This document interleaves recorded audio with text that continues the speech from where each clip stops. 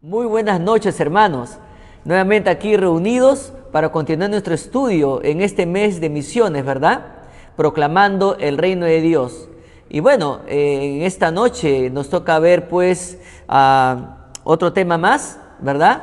Y bueno, antes vamos a orar al Señor. ¿Qué le parece? Padre, gracias te damos en esta noche por permitirnos una vez más estudiar tu bendita, preciosa y gloriosa palabra.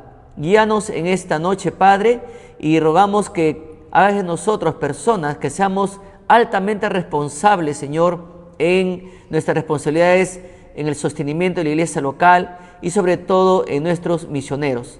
Padre, gracias te damos en el nombre de nuestro Señor y Salvador Jesucristo. Amén. Bien, en esta noche nos toca ver el siguiente tema: alargando el reino de Dios. Y Dawson Trotman, que fue el fundador de los navegantes, él juntamente con su esposa habían ganado a un marinero para Cristo. Y ellos se tomaron el tiempo para capacitar, discipular a este hombre, con el fin de que en su vida espiritual él pueda ser un hombre estable, un hombre que le diera fruto al Señor, que no solamente sea un ganador de almas, sino que también a la vez haga una labor evangelística completa.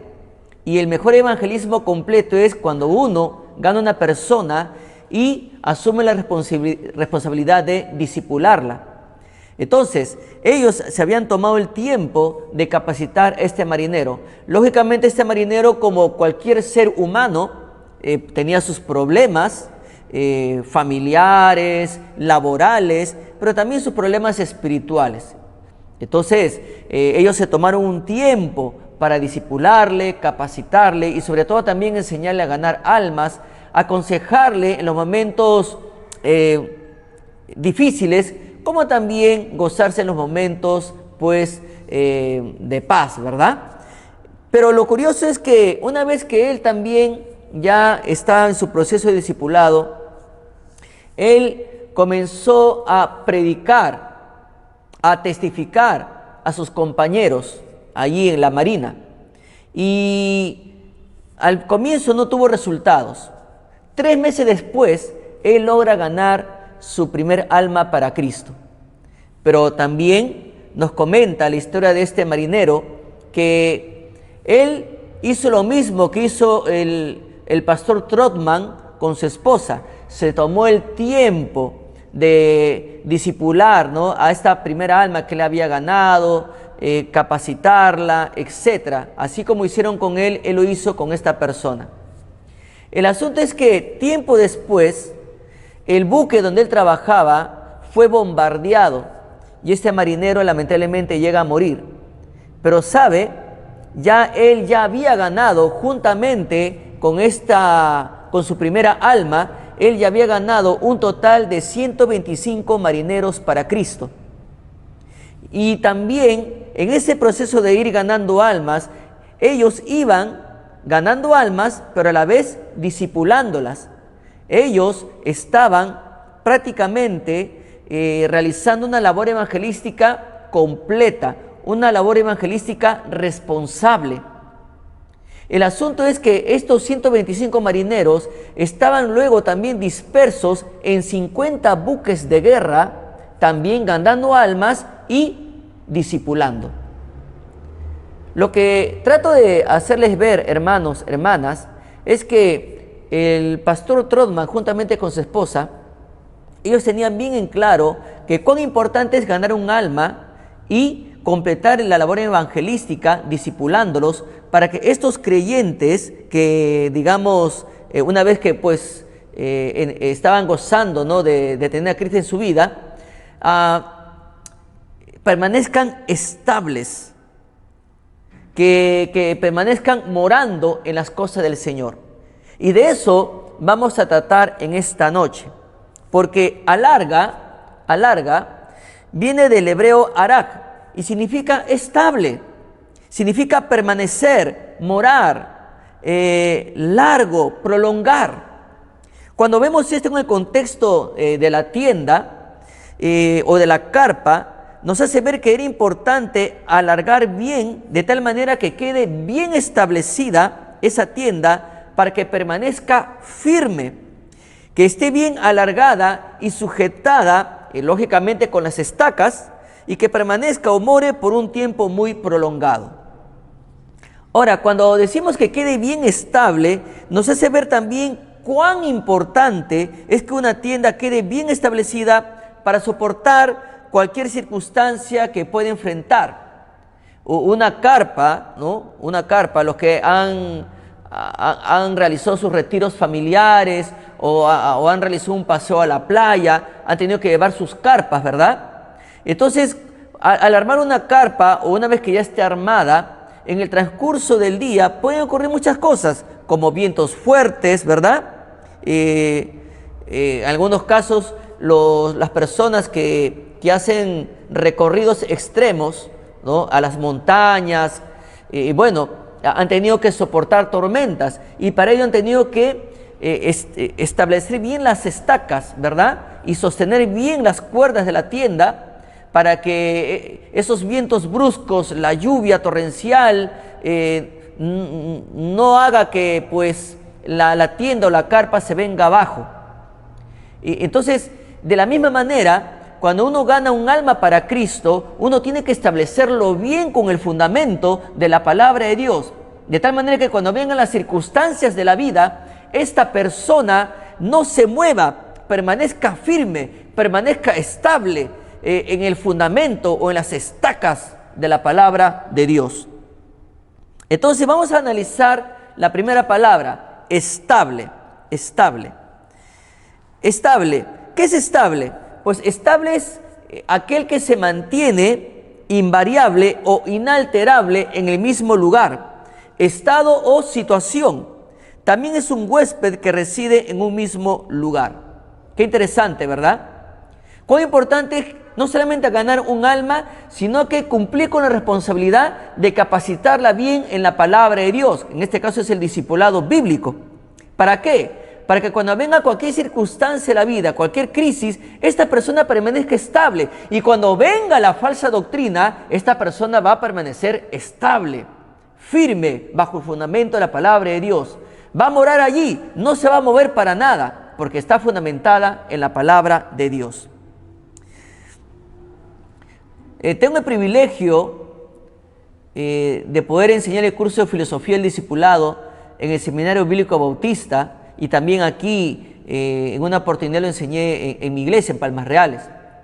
Y algo que aprendemos en la filosofía del discipulado es que Jesús capacitaba permanentemente a sus discípulos para que permanezcan estables en todo sentido, pero también para una buena estabilidad en la vida de los discípulos.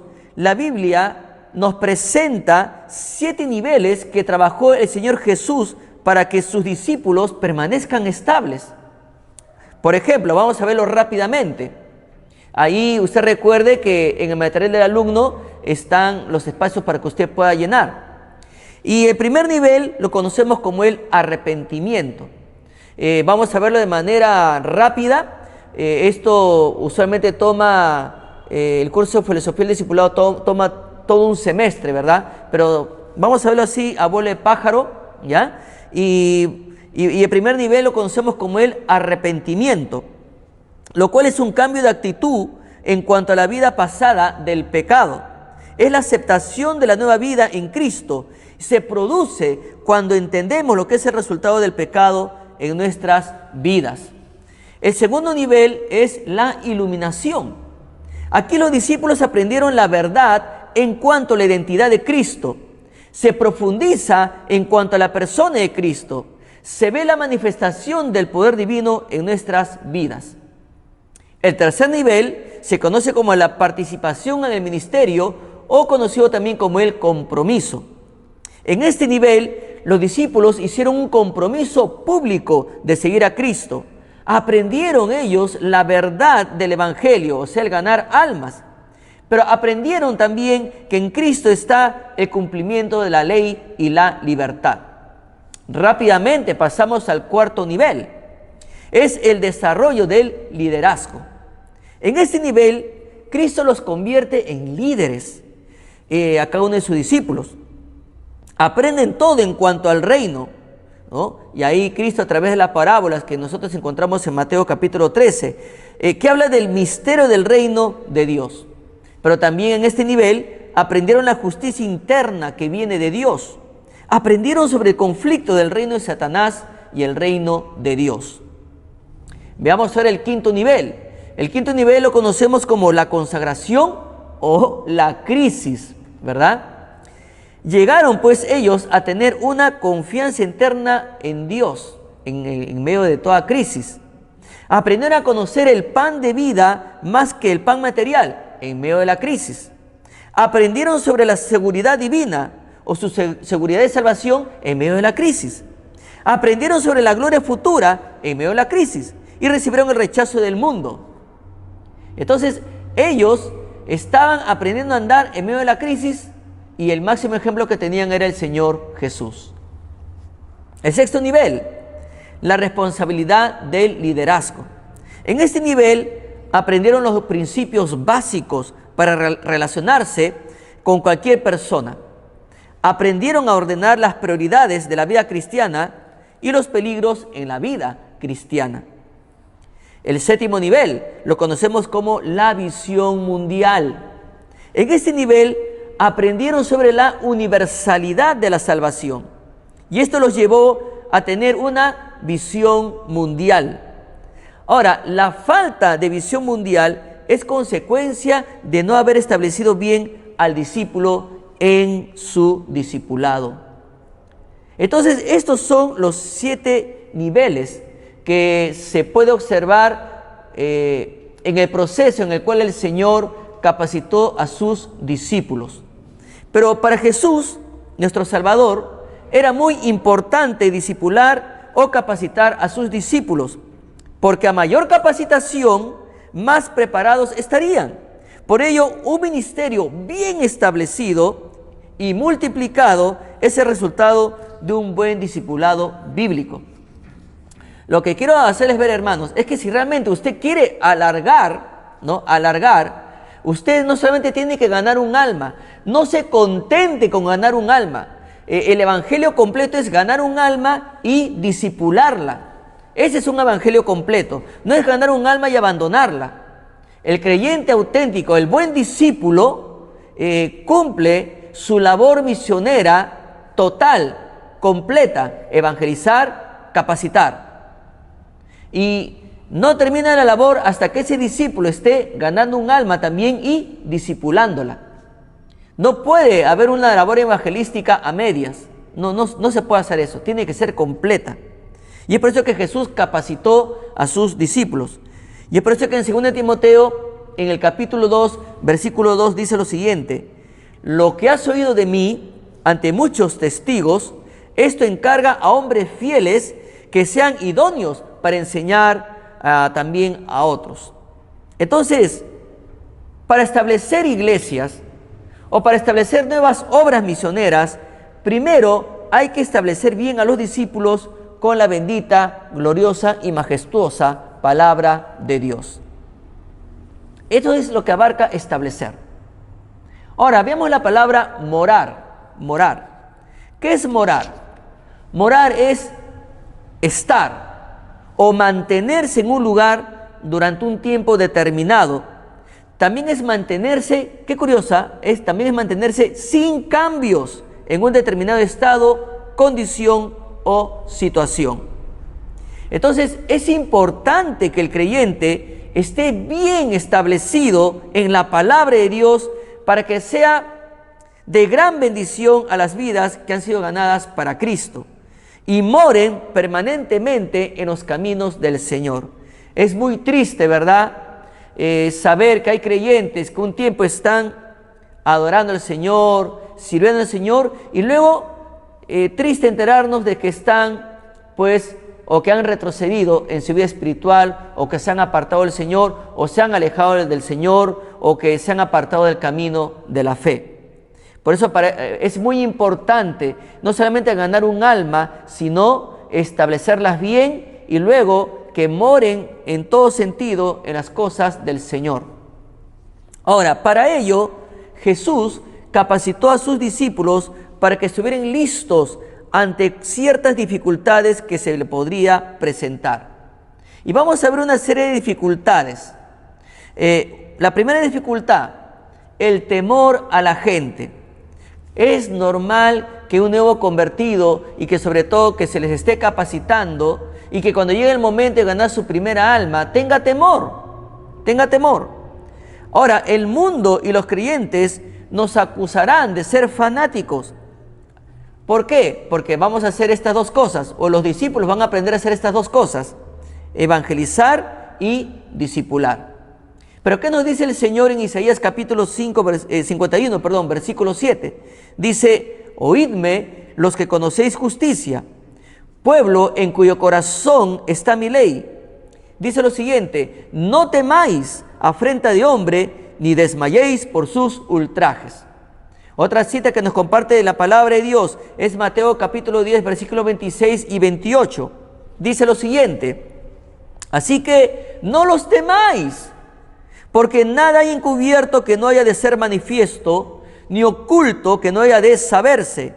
Los que os digo en tinieblas, decidlo en la luz, y lo que oís al oído, proclamadlo desde las azoteas. Y dice el Señor, y no temáis a los que matan el cuerpo, mas el alma no pueden matar. Temed más bien a aquel que puede destruir el alma y el cuerpo en el infierno. Pero también el Señor nos dice en Juan capítulo 15, versículo 18 hasta el 20, dice lo siguiente, si el mundo os aborrece, sabed que a mí me ha aborrecido antes que a vosotros. Si fuereis del mundo, el mundo amaría lo suyo, pero porque no sois del mundo, antes yo os elegí del mundo, por eso el mundo os aborrece. Acordaos de la palabra que yo os he dicho, el siervo no es mayor que su Señor. Si a mí me han perseguido, también a vosotros os perseguirán. Si han guardado mi palabra, también guardarán la vuestra. Qué interesante, ¿verdad? Entonces, el temor a la gente siempre va a estar presente en nuestro corazón, pero nosotros debemos andar confiando en el Señor, confiando en que Él nos va a dar el poder, el denuedo para compartir su palabra y capacitar a esas almas que han sido ganadas. La segunda dificultad es la resistencia natural al cambio. Y en Lucas capítulo 5, versículo 39, dice lo siguiente, y ninguno que beba del añejo quiere luego el nuevo, porque dice, el añejo es mejor, ¿no? Muchas veces, ya después que hemos sido ganados para Cristo, ya hemos escuchado tantas predicaciones y muchas veces estamos cómodos en nuestras rutinas. Pero mi hermano, mi hermana, seguir a Cristo implica un cambio radical.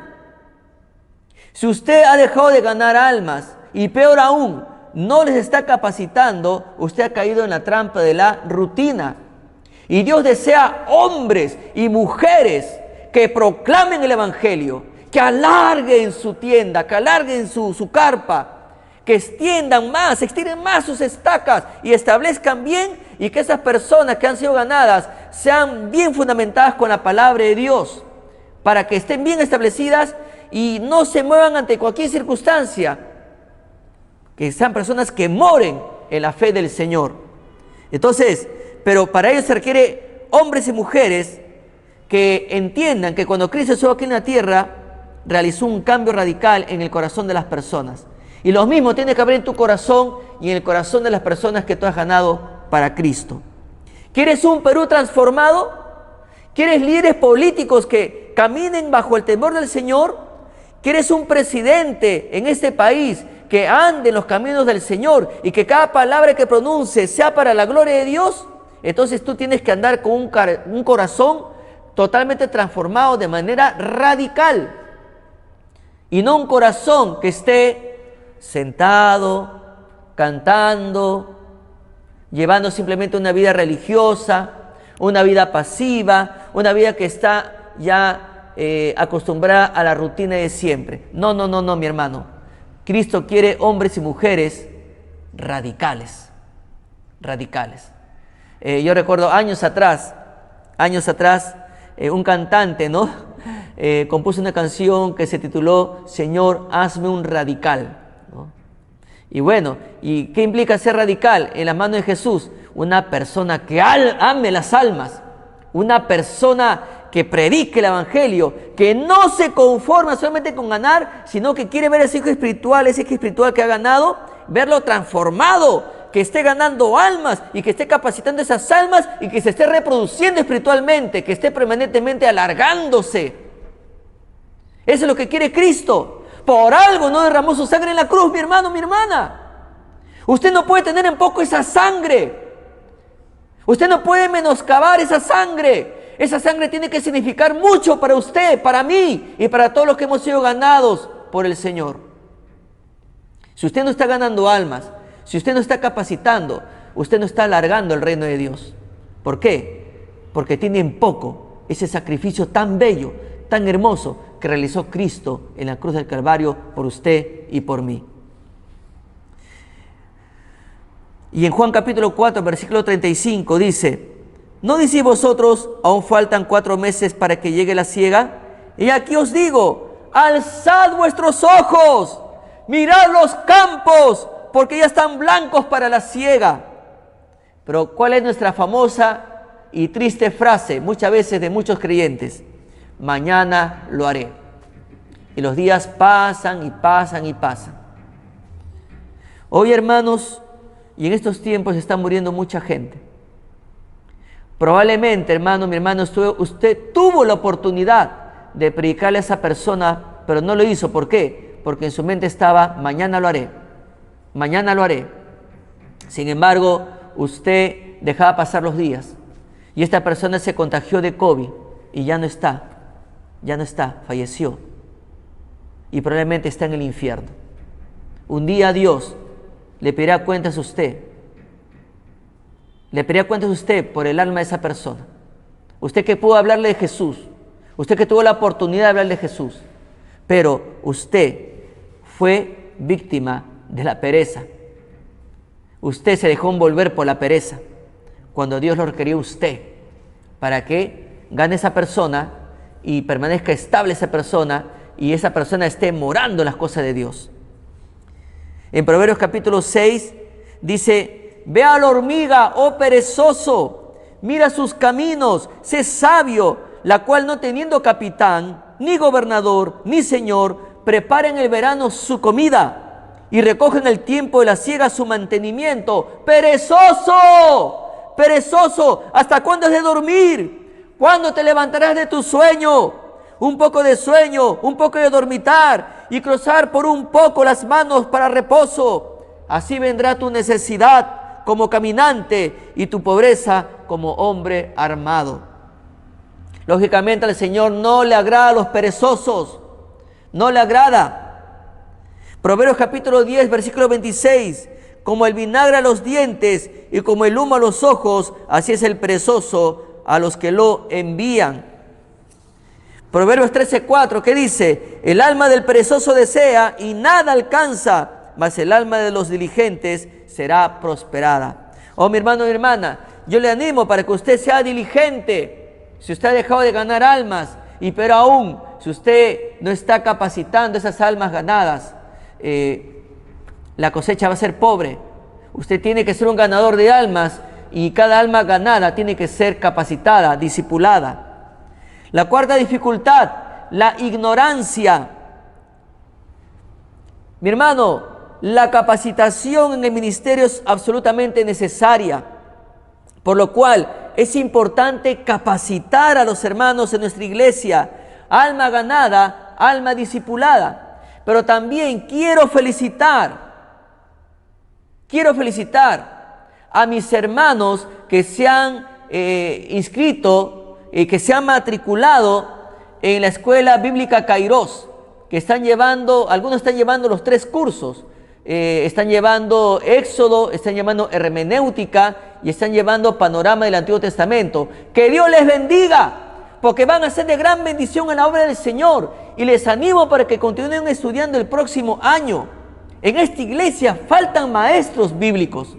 En esta iglesia faltan hombres y mujeres que capaciten a los niños, a los adolescentes, en este caso, a los jóvenes mayores, a los matrimonios, a los ancianos. ¿Quién les ha metido en la idea que los ancianos ya no pueden servir en la obra del Señor? Ellos son de mucho valor en la obra del Señor. Y Dios también quiere usarlos a ellos. Y ellos necesitan ser capacitados también. Entonces, la capacitación es importante en el ministerio. Hay lugares donde se les da la responsabilidad, lamentablemente, pero no se les da, en este caso, la autoridad, no se les da la capacitación y fracasan en el ministerio. Lamentablemente hay lugares, lanzan a los hermanitos para que estén a cargo de algún ministerio o de algún área de la iglesia, pero no les dan la capacitación ni las herramientas y ellos se sienten frustrados y luego nunca más quieren servir al Señor porque no se sienten capacitados. Aquí en la iglesia, gracias a Dios, en Palmas Reales, estamos capacitando, estamos discipulando, pero a la vez a los que han terminado su discipulado les estamos dando cursos bíblicos en la Escuela Bíblica Kairos para que sean obreros completos en la obra del Señor. Pero también la quinta dificultad, los conflictos de prioridades. Los discípulos de Cristo tenían sus fuentes de ingresos, pero tuvieron el valor santo de dejar sus vocaciones y o trabajo. Ahora, no será siempre así con todos los discípulos. El discípulo tendrá que aprender a servir a Cristo y sobre todo tiene que aprender que servir a Cristo es más importante que su profesión o trabajo. Si usted es abogado, arquitecto, médico, su trabajo tiene que glorificar al Señor. Pero también usted, sea la profesión que tenga, sea la labor profesional que tenga, ¿verdad? Usted tiene que tener como prioridad los asuntos del Señor. Y yo le animo, si usted es profesional, si usted es empresario, microempresario, capacítese en la obra del Señor. No se estanque en su vida cristiana, no se quede estancado, avance en la vida cristiana. Usted es un instrumento poderoso en las manos de Dios si que usted le permite a Dios hacer su obra gloriosa en su vida. El día que esté usted en la presencia del Señor, no vaya con las manos vacías. No vaya con las manos vacías, mi hermano. Ahorita capacítese, prepárese. Que Dios sea la prioridad en su vida, que los asuntos del Señor sean prioridad en su vida. Eso no quiere decir que usted va a ser irresponsable en su profesión, pero Dios tiene que ser la prioridad. El discípulo, pues, tendrá que sufrir una crisis en su trabajo porque está alineando sus prioridades.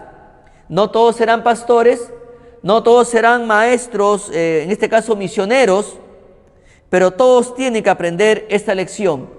Dios es la prioridad en nuestra vida.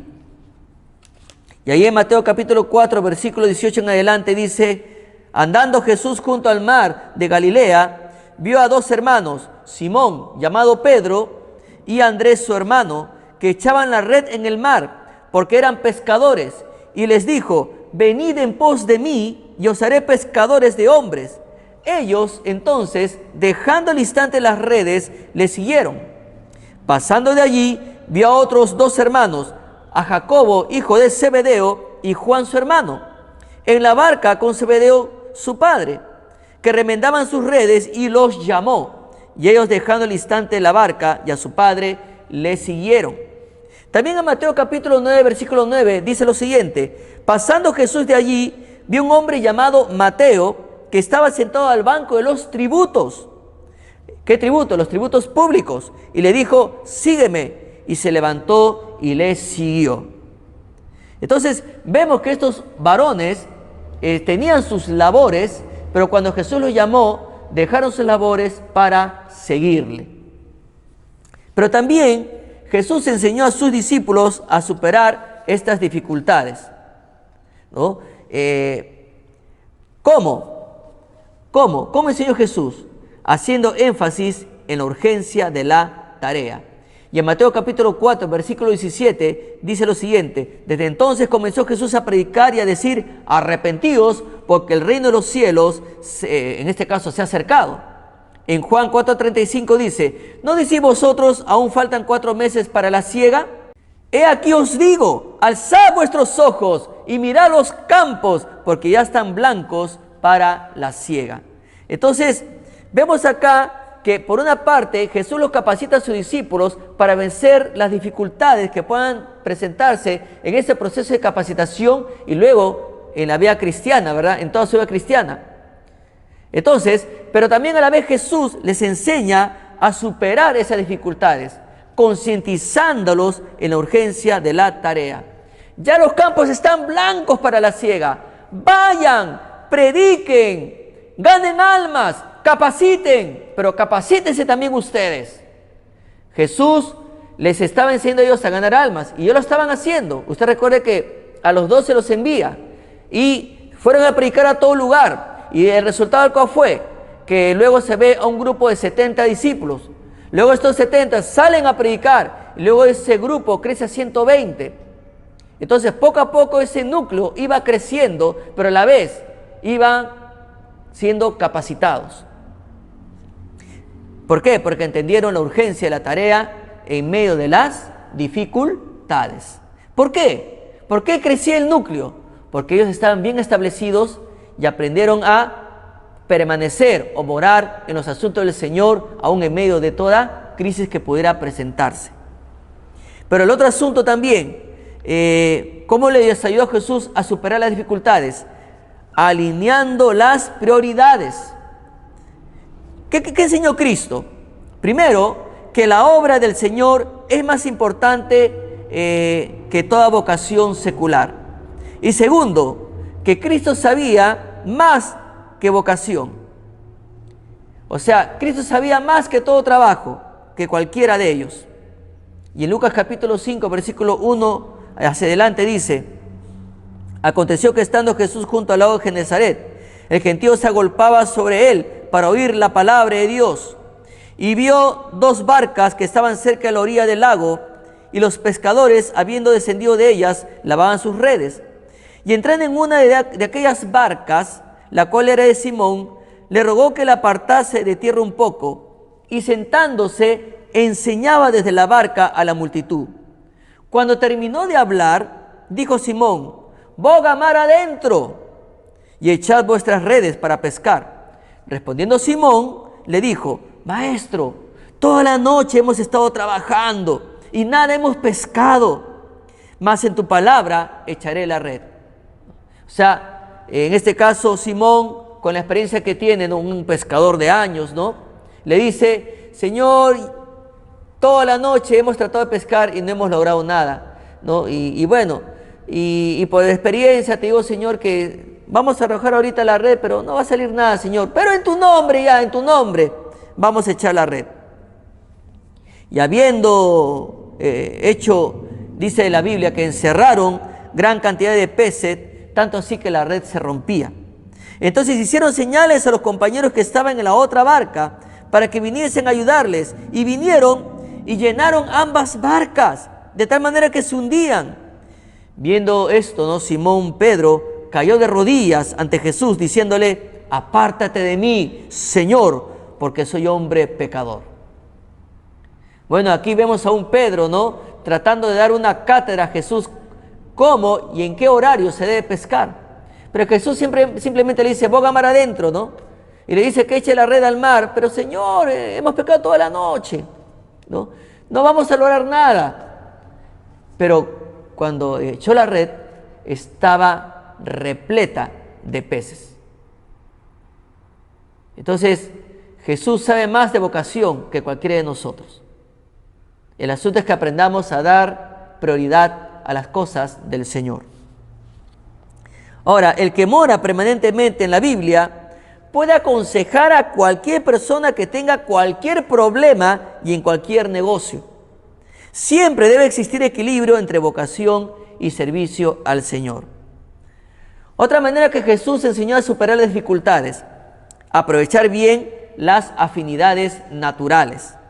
Siempre eran agrupados de acuerdo a sus vocaciones, habilidades naturales. Hay hermanos, ¿no?, que son abogados y se relacionan con gente, ¿no?, que estudia o está metida en la carrera del derecho, ¿verdad? Y ahí ellos pueden hablar de Cristo a estas personas, y a los que ganan pueden capacitarlos. Los arquitectos también, ¿no?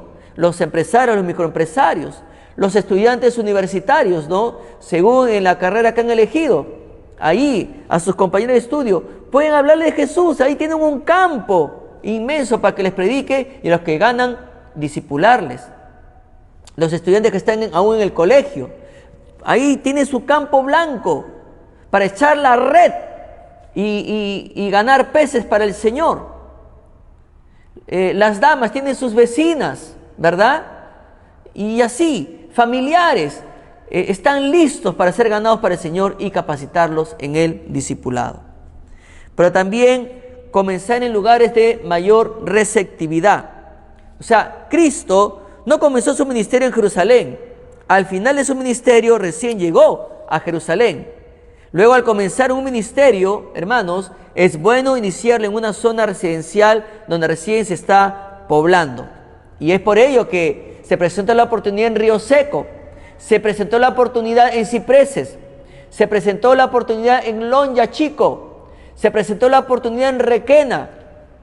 Y ahí están los hermanos dirigiendo la labor misionera, ¿verdad? Entonces, es un privilegio para Palmas Reales, como iglesia, extenderse a diferentes lugares de la ciudad y de nuestro país.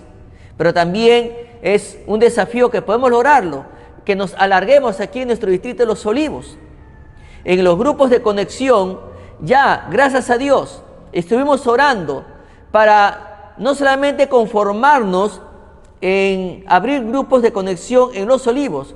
Tenemos un grupo de conexión en Retablo, pero hemos también, o estamos por iniciar ya, porque ya está todo bien conversado, estamos por iniciar un grupo de conexión en San Miguel, pero aún sigo orando por el distrito del Callao, sigo orando por el Callao, ¿no? ¿Para qué? Para que ahí también se abra no solamente un grupo, sino varios grupos de conexión, porque tenemos que alargarnos, ¿no? Para que la palabra de Dios se extienda y que capacitemos esas almas para que queden bien establecidas y que moren siempre dentro de los caminos del Señor. Pero también, otra manera de superar las dificultades, enseñar bien la manera de cumplir con la misión. Cristo siempre les dio instrucciones por medio de la palabra y con ejemplos también antes de mandarles a hacer algo. Otra manera también, enseñar la suficiencia del poder de Dios. Dios nos da su poder para hacer su obra, mi hermano, mi hermana. Confiemos en el Señor. Si bien es cierto que los recursos materiales son necesarios, no debemos muchas veces depender de ellos. Debemos depender del poder de Dios. Otra manera de superar la dificultad, establecer bien el ejemplo del líder, ¿no? Entonces, Cristo les dio el ejemplo de la oración. Entonces, yo le pregunto a mi hermano, ¿usted está orando por las almas que no conocen al Señor? ¿Usted está orando por aquellos? ¿Está orando por sus compañeros de trabajo? ¿Por todas las personas que no conocen a Cristo? ¿Está orando usted por ellos? En Marcos nos dice que Cristo, levantándose muy de mañana, siendo aún muy oscuro, salió y se fue a un lugar desierto y allí oraba, ¿no? Entonces, el Señor nos da el ejemplo de oración y nosotros tenemos que ser hombres y mujeres de oración. Pero también Pablo pide que lo imiten. Allí en 1 Corintios 11 dice, sed imitadores de mí, así como yo de Cristo. En 1 Corintios 4:16 Pablo insiste, por tanto os ruego que me imitéis. Pablo también pide que lo imiten a él y a otros líderes espirituales. Y a los filipenses le dice, en 3:17 le dice, hermanos, sed imitadores de mí y mirad a los que así se conducen según el ejemplo que tenéis en nosotros. El problema, hermanos, es que hay muchos creyentes que saben predicar, ¿verdad? Predican y enseñan, pero no viven el evangelio. Entonces sus vidas no pueden ser puestas como ejemplos dignos de imitación. Pero también Jesús los capacitó en el evangelismo, a través del evangelismo personal, ¿no? Y la mejor clase de evangelismo que le dio Jesús fue, pues, el ganar almas. Cristo ganó a Mateo, un publicano, testificó a Nicodemo, un religioso, y también testificó a la mujer samaritana. Pero también Cristo les enseñó el evangelismo a las multitudes. Y Jesús enseñó, pues, que el evangelismo a las multitudes tiene su momento. Pero también Cristo les enseñó en el evangelismo los grupos pequeños. Y una práctica favorita de Jesús, mi hermano, eran las cenas con los recién convertidos, ¿verdad? Y eso está mencionado en el Evangelio de Mateo. Pero también hay creyentes que llegan al punto de no conocer a ningún inconverso, porque se han separado tanto de ellos y así no tienen a quien testificar. Es que ellos han tomado exageradamente, ¿no?, lo que dice: no améis al mundo ni las cosas que están en el mundo. El que ama al mundo, ¿no?, el que ama al mundo, el amor del Padre no está en él. Entonces ellos se han separado radicalmente de todos los inconversos, de todo lo que es, pues, amistad, ¿no?, con alguien que no conoce a Cristo. Pero acá no améis al mundo se refiere al sistema, a las prácticas anti Dios. No le dice usted que se aleje, no le dice usted que se espante, ¿no?, de los inconversos. Usted tiene que ser luz a ellos, usted tiene que alumbrarle a ellos. Y la única manera es permanecer cuidando esa amistad con los inconversos, pero ser de bendición en la vida de ellos, alumbrarles con el Evangelio de Cristo. Jesús, pues, sí mantenía relaciones con personas inconversas y aprovechaba esas ocasiones para testificarles. Usted recuerde que Jesús fue a la casa de Zaqueo, ¿verdad? Y ahí hubo una conversión, ¿no? Y fue de gran bendición. Y Zaqueo no solamente recibió a su casa, Zaqueo aprovechó la oportunidad para invitar a todos sus amigos y amigas inconversos. ¿Quiénes eran los que se relacionaban con los publicanos, que eran vistos como pecadores? Los otros publicanos, pero también las rameras, ¿no? Y había ahí, ¿no?, en la casa de Zaqueo, personas que eran menospreciadas porque eran vistos como traidores a la patria, ¿no?, los publicanos. Y Zaqueo había invitado a varios publicanos y esa noche escucharon la predicación de Cristo y muchos creyeron en él. Pero también la visión misionera. Desde temprano en su ministerio les enseñó esta visión, ¿no?, la visión misionera. Y ahí dice en Lucas 4, dice: cuando ya era de día salió y se fue a un lugar desierto y la gente le buscaba, y llegando a donde estaba le detenían para que no se fuera de ellos. Pero él les dijo: es necesario que también otras ciudades anuncie el evangelio del reino de Dios, porque para esto he sido enviado. Y predicaba en las sinagogas de Galilea. En Marcos también nos dice en el capítulo 1, levantándose muy de mañana, siendo muy oscuro, salió y se fue a un lugar desierto y allí oraba. Y le buscó Simón y los que con él estaban, y hallándole le dijeron: todos te buscan. Él les dijo: vamos a los lugares vecinos, para que predique también allí, porque para esto he venido. Y predicaba en las sinagogas de ellos en toda Galilea y echaba fuera a los demonios. Y en Hechos capítulo 1, versículo 8 dice: pero recibiréis poder cuando haya venido sobre vosotros el Espíritu Santo, y me seréis testigos en Jerusalén, en toda Judea, en Samaria y hasta la última de la tierra. Mi hermano, mi hermana, para concluir, qué importante es establecer bien en la palabra de Dios y morar o enseñarles a nuestros discípulos a permanecer o a morar de manera permanente en los caminos del Señor, ¿no? Entonces, qué importante es permanecer, estar establecido en la palabra de Dios, morar en la palabra de Dios, para que ninguna tentación o falsa enseñanza nos aparte del Señor y así poder cumplir su gran comisión en esta tierra. ¿Usted desea que Palmas-Reales continúe alargándose? Bueno, no es tanto que deseemos, hermanos, sino que es una orden que nos ha dado Dios a través de Cristo. Que vayamos, que prediquemos la palabra y enseñemos a todos los que hemos ganado para Cristo, para que ellos también cumplan la misma labor. Tiene que ser una cadena que no se rompa. Eso es lo que se conoce como la reproducción espiritual. Mi hermano, ¿usted está alargándose? ¿Usted está alargando el reino de Dios? ¿Usted está ganando almas? Y como nos decía Cristo, que hagamos un evangelismo completo. ¿Está ganando almas y las está discipulando? ¿O es usted un creyente estancado? Pues que no sea así, mi hermano. La orden ya está dada. Alarga tus estacas, ¿verdad? Alarga tus cuerdas. Qué importante es, pues, prestar atención a lo que nos dice el Señor. Llegó el momento de alargar nuestras cuerdas, mi hermano, mi hermana. No seas caso. Vamos a orar.